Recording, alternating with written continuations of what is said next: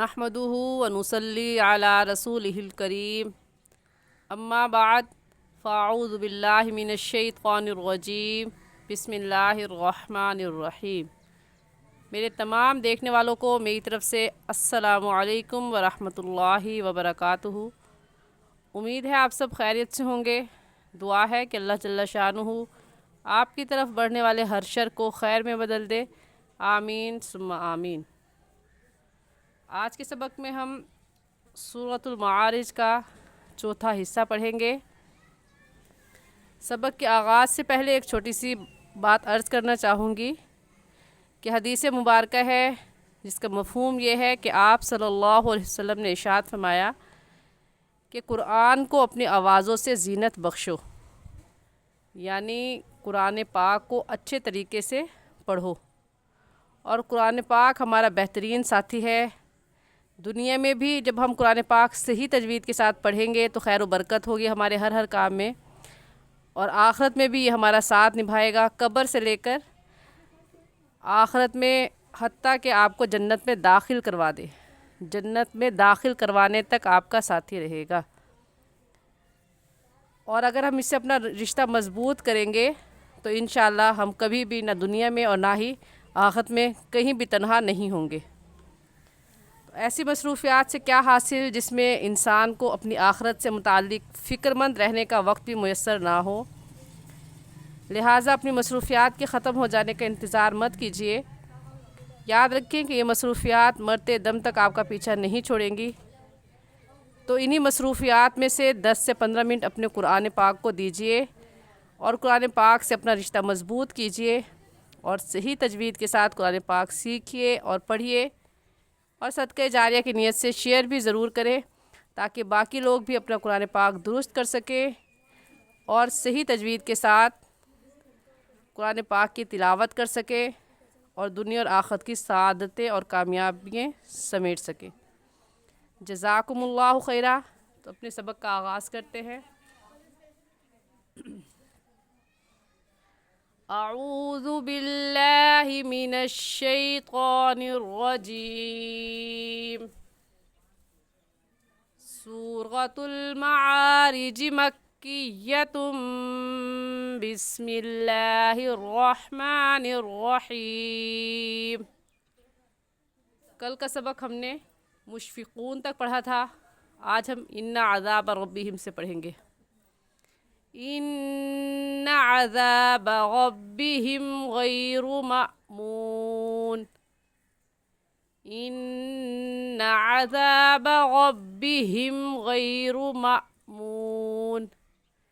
انہ میں نون مشدد ہے اور نون مشدد پر ہمیشہ غنہ ہوتا ہے، اس وجہ سے ہم یہاں پر غنہ کر کے پڑھیں گے، اور غنہ ایک الف کی مقدار ناک میں آواز چھپانے کو غنہ کہتے ہیں۔ تو ایسے پڑھیں گے، ان عذابہ میں ذال کو نرمی سے پڑھیں گے، ذال کی جگہ زا نہیں پڑھیں گے۔ عذاب ربہم میں را کے اوپر زبر ہے، اس لیے اس را کو پر یعنی موٹا کر کے پڑھیں گے، اور موٹا کرنے کا طریقہ کہ آپ کے دونوں ہونٹ گول ہو جائے۔ ربہم غیر مأمون۔ مأمون میں حمزہ ساکن ہے، حمزہ کے اوپر الف کے اوپر جو علامت ہے اسے جزم بھی کہتے ہیں اور سکون بھی کہتے ہیں، اور الف کے اوپر زبر زیر پیش یا یہ جزم کی علامت آ جائے تو اسے حمزہ کہتے ہیں، پھر الف نہیں کہتے، اور جس الف کے اوپر یہ سکون کی جزم کی علامت آ جائے تو اسے پھر جھٹکا دے کر پڑھتے ہیں۔ تو غیر معمون کہنا غلط ہوگا اور صحیح ہوگا غیر مأمون۔ مأمون۔ ان عذاب ربہم غیر مأمون۔ والذین هم لفروجہم حافظون۔ حافظون۔ والذین ہم پر غنہ نہیں کریں گے، کیونکہ قاعدہ یہ ہے کہ میم ساکن کے بعد با یا میم آ جائے تو اس میم ساکن پر غنہ کرتے ہیں، اس کے علاوہ کوئی حرف آ جائے تو میم ساکن پر غنہ نہیں کرتے۔ تو یہاں پر نہ با ہے میم ساکن کے بعد اور نہ ہی میم ہے، اس لیے اس میم ساکن پر ہم غنہ نہیں کریں گے اور ایسے کہہ جائیں گے والذین ہم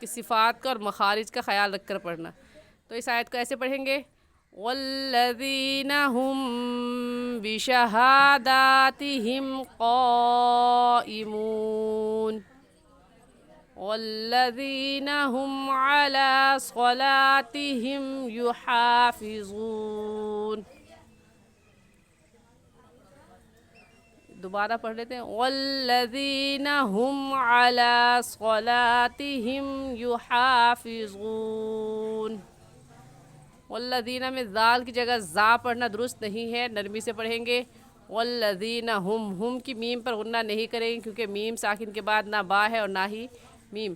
علا کو ایک الف کے برابر لام کو کھینچ کر پڑھیں گے کیونکہ لام کے اوپر کھڑی زبر ہے. علا ایسے پڑھیں گے. صلاتہم میں صاد کی جگہ سین. صلاتہم علی صلاتہم. اکثر لوگ بے دہانی میں علی صلاتہم پڑھ جاتے ہیں، تو علی صلاتہم نہیں پڑھیں گے بلکہ کہیں گے علی صلاتہم. اور ہا حلق کے درمیان سے نکلتی ہے تو حلق کے درمیان سے نکال کر پڑھیں گے یحافظون. آج کے لیے اتنا ہی. امید ہے کہ آپ کو آج کا سبق اچھے سے سمجھ میں آ گیا ہوگا. پھر بھی اگر آپ کچھ پوچھنا چاہتے ہیں تو آپ کمنٹ میں پوچھ سکتے ہیں. جزاکم اللہ خیرا. السلام علیکم ورحمۃ اللہ وبرکاتہ.